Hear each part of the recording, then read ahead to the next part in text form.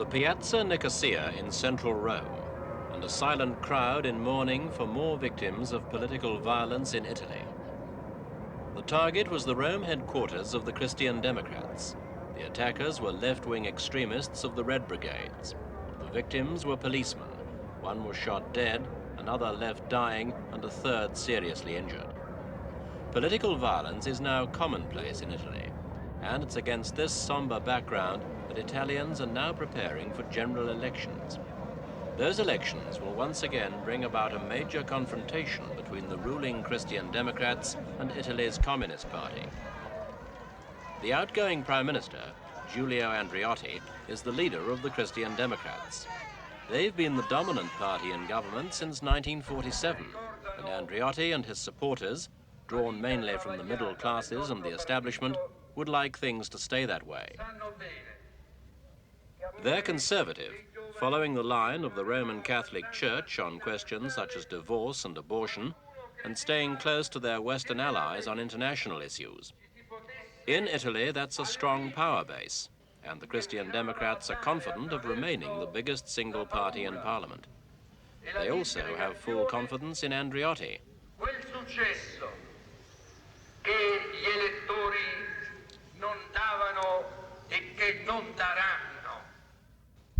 The Christian Democrats have managed to survive various economic and political crises in recent years, including the Lockheed bribery scandal.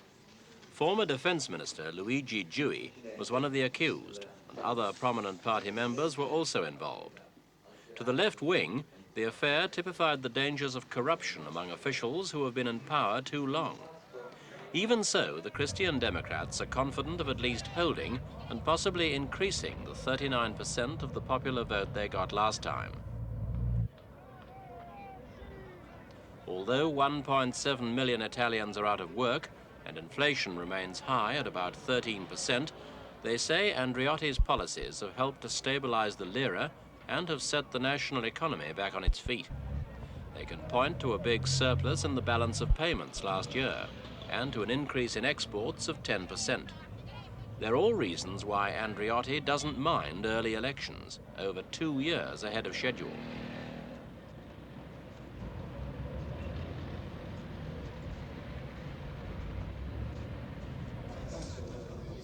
The Italian Communist Party, the PCI, is equally confident. Their executive committee has been putting the final touches to an election campaign in which they've worked hard to present a responsible image to the public.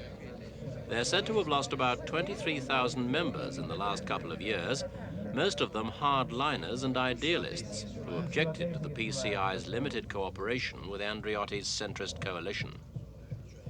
But under their leader, Enrico Berlinguer, they hope to win more support from the center because they've shown themselves to be responsible Democrats.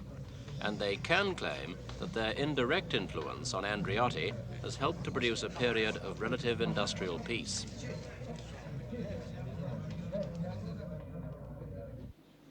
The last elections in 1976 were the most successful so far for the communists. They came a close second with 34% of the vote. Together with the Christian Democrats, they commanded over 70% of the vote, but direct cooperation was out of the question. The Christian Democrats claimed victory, but the communists had made such gains that they could no longer be ignored.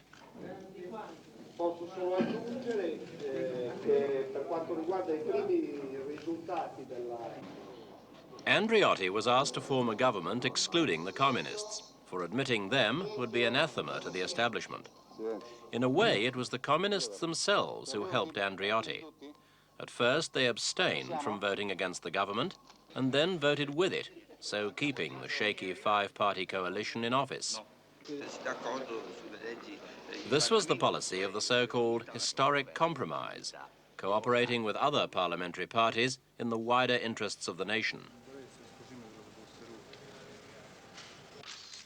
The historic compromise, fervently preached by Berlinguer himself, did not bring the communists what they sought, a really effective role in government. In January this year, Andreotti was given an ultimatum: cabinet posts for the PCI or an end to parliamentary cooperation. l'incarico di cercare di formare il nuovo governo. There was no deal, and another political crisis was at hand. Dopo aver realizzato dei notevoli risultati in molti settori. In an effort to break the stalemate without calling new elections, Ugo La Malfa of the Republican Party was named Prime Minister Designate, charged with the task of forming a new government, possibly with places for one or two communists in the cabinet. Di solidarietà democratica nazionale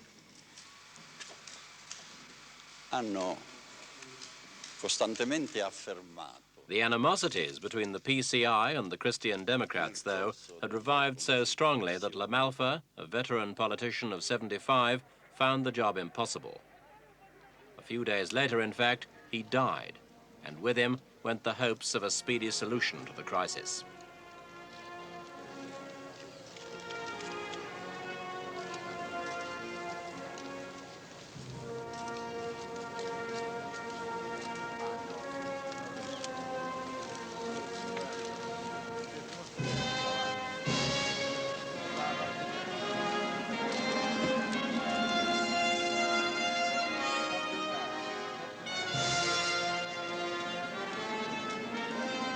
After La Malfa, there were no more options. New general elections were inevitable. However, President Pertini did call on Andreotti to bring together yet another coalition, which was duly sworn in at the presidential palace, but it was at once dubbed the government born to die. This in itself reflected the growing acceptance that any coalition opposed by the PCI didn't stand a chance of surviving long.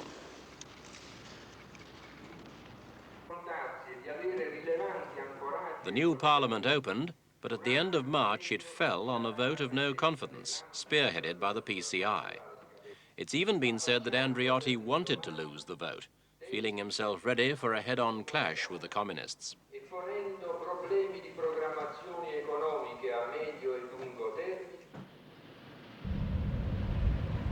For their part, the communists are ready and eager too.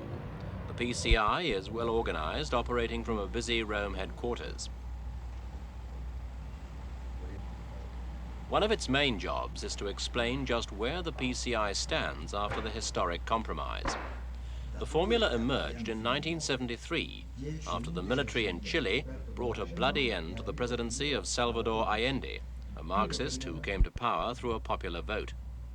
One of the conclusions was that there must be cooperation in Parliament between left and right, especially where political violence is a reality that can't be ignored.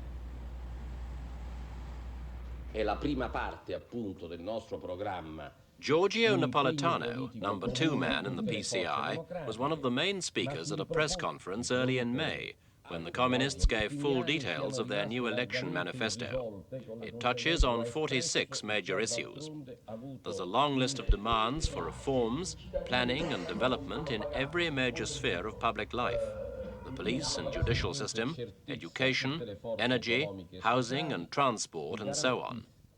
The Christian Democrats are then asked rhetorically to find any flaw in the argument and why the communists should not take part in running the government.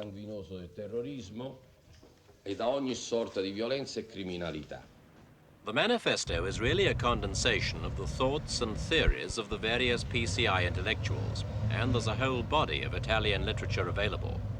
It's all to be found next to the party headquarters at the Rinascita, or Renaissance Library. Reading matter covers a wide spectrum, bearing the names of most of today's PCI leaders. It's possibly the most prolific party in the world.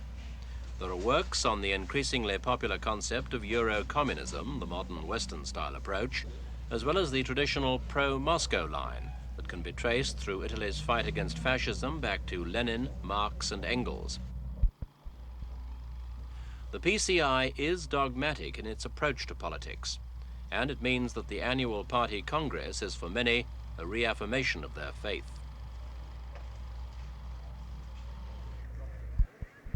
This year's Communist Party Congress was held immediately after the fall of Andreotti's government born to die, and so it at once became the ideal platform for launching the new election campaign. It also meant that unity was the keynote, as the leadership prepared to renew its demands for cabinet posts in the next government. The PCI standpoint has emerged quite clearly. They want full participation in government with a fair share of cabinet seats, or they'll play a clear role in opposition.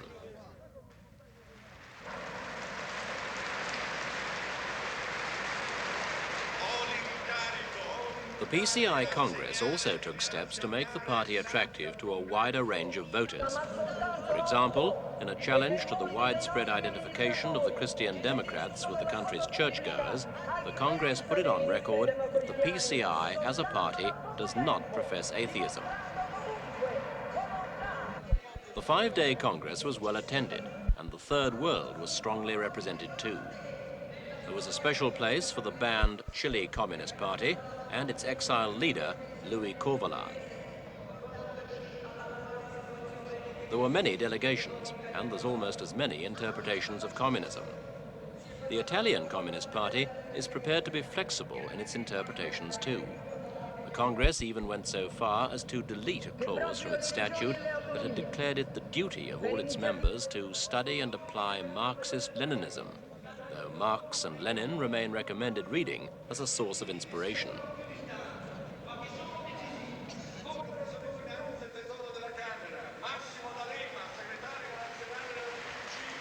The man everyone was waiting to hear was, of course, Enrico Berlinguer, who has done much to promote his party's image of maturity and responsibility. His supporters say he'd make one of the best ministers the government's ever had.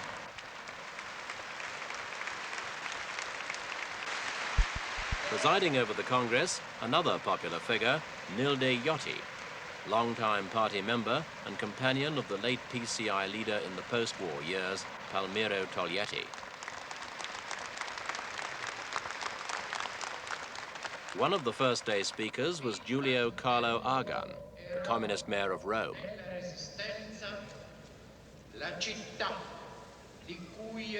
Argan is one of the many PCI members who have helped the communists gain nationwide success at local and regional elections.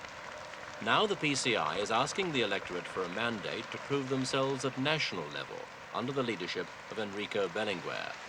Con un programma preciso e concreto che sarà sottoposto questo pomeriggio alla vostra approvazione, ma the theme stressed by Berlinguer was that the communists had tried every device to help solve the political crisis, but the other parties hadn't cooperated.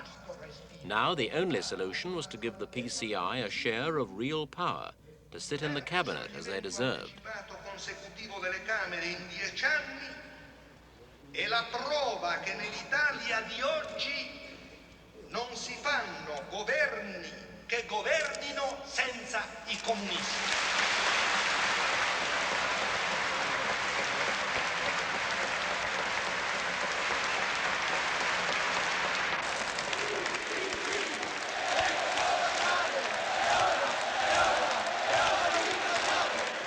A personal triumph then for Berlinguer. He has shown his hand. He's ready to join any coalition government, including the Christian Democrats, in the national interest. It's a tactical move that will surely win him votes.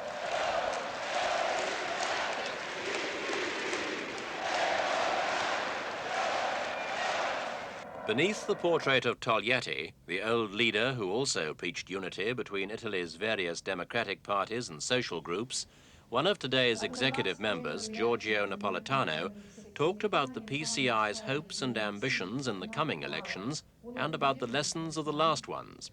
We didn't gain only seats. We did gain much more influence in the decision-making process. Nevertheless, we didn't get in the cabinet, and we saw the consequences. For this, there was an evident contradiction between a 5-party majority and a 1-party government. We hope next time to have also the possibility to get in the cabinet. If the party does not obtain an overall majority, will it be prepared to cooperate to keep the next government in office, or will it go into opposition? Well, no party will obtain the absolute majority next parliament, of course, and so a coalition government will be absolutely necessary. We are ready to give our contribution in the formation of a broad coalition government, including both Christian Democrats and Communists. What will happen if the situation we have now is repeated? That is, where only the PCI cooperation enables a government to be formed. Would you still go into opposition? Well, it depends upon the government which will be formed. We cannot give our support, our external support, if the government doesn't guarantee us about the fulfillment of a common program. Is the historic compromise an experiment that failed? I wouldn't say that it was an experiment. It was a commitment for a common effort of all democratic forces in overcoming the Italian crisis. In the last 3 years, we achieved very important results in the general interest of the country. Many difficulties arose in the cooperation among our party and other political parties, first of all the Christian Democrats. But we are still convinced that a common effort of all democratic forces is necessary for our country. What do you see as the main achievements in the period of non-opposition since 1976, and what are the lessons learned? Well, we were able to safeguard all the conditions and the social achievements of the working class movement. And at the same time, we were able to avoid a financial disaster for our country. There was a remarkable improvement in the economic situation of our country, and at the last time, the cooperation of all democratic parties was essential to face the terroristic attack. At the same time, well, the lesson was that it's impossible to realize our common goals if all the democratic parties are not united in the day-by-day government of the country. It's not enough to form a parliamentary majority if the cabinet remains a one-party cabinet dominated by the Christian Democrats. And the second lesson is this, that particularly the left-wing forces, the Communist Party and the Socialist Party, first of all, must be united to face the power of the Christian Democratic Party. What is your comment to criticisms that the party is now occupying a middle ground, that it has become somewhat social democrat in its ideas and objectives? Is that not an uncomfortable position for a communist party in a capitalist country? Well, we discussed all this during the preparation of our recent National Congress, as I already said, and we pointed out the differences between our party, between our general strategy and the experience of the social democratic parties. But we want to draw lessons and teachings also from this experience, and we are not afraid to say that we are struggling for a deep transformation of our society, but on a democratic ground and through reforms and gradual changes in the structure of our society.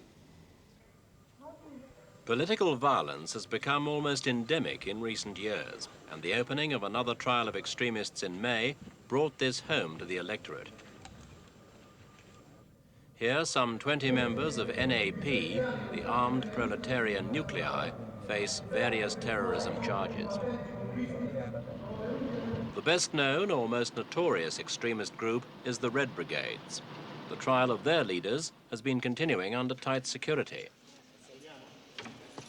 Brigade's leader, Renato Curcio, remains defiant. He threatened state-appointed defense lawyers that they wouldn't emerge from the trial experience on their feet. They would be knocked out, he said, like dogs. He's charged with 29 others of belonging to a subversive organization, taking part in bank raids and other offenses. Even during the trial, there were more Red Brigade's attacks. Earlier this year, the public prosecutor in Milan, where the trial's being held, was shot dead as he sat in his car at traffic lights.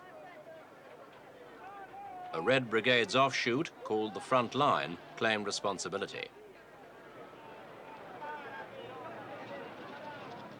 How seriously does the PCI rate the threat of extremists of left and right, and how would they deal with them?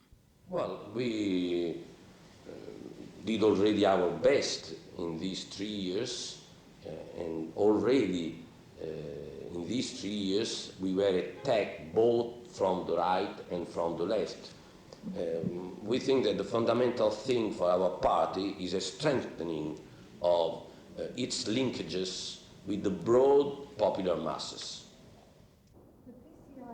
In Italy, the North Atlantic Treaty Organization is an issue always raised at election time. The PCI's opponents claim that Italy's and the West's defense secrets would be passed on to Moscow if the communists were allowed inside government. The PCI has found a middle way. Its Congress overwhelmingly approved a resolution declaring the necessity for Italy to remain in the Atlantic Alliance, so long as it operates for defensive ends. In other words, the PCI would not do away with NATO, but it would want its policies changed from within, so they could never be used to strike the first blow. This is Napolitano's view on the NATO issue. Well, this is a very old question, and I think it's a completely false question, because we don't know how many secrets the Italian government has to share really, but anyhow we had one loyalty to our country and to its international alliances. We had no double loyalty. Do you feel that Western countries, especially the United States, really understand the Communist Party and how it would behave if it were in power? Well, they do not understand fully the Italian political reality and political line of our party, of the Italian Communist Party. We think that has been in the last years a certain progress in the understanding of our situation. We hope that all our allies will respect fully the national independence of our country and its right to choose the government it prefers.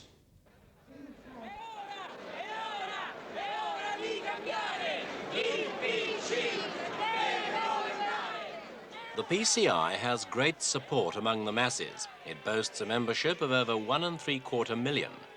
Their vote has increased steadily since the 1950s, and if the graph is followed, they'll collect more than 34% this time.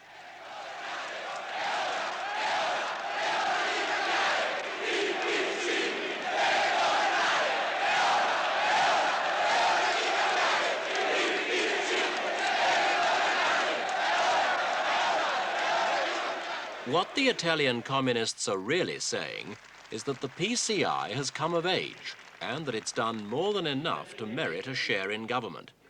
By supporting past coalitions, it's had responsibility without power. Now it wants both, and the question before the Italian electorate is, can it be denied?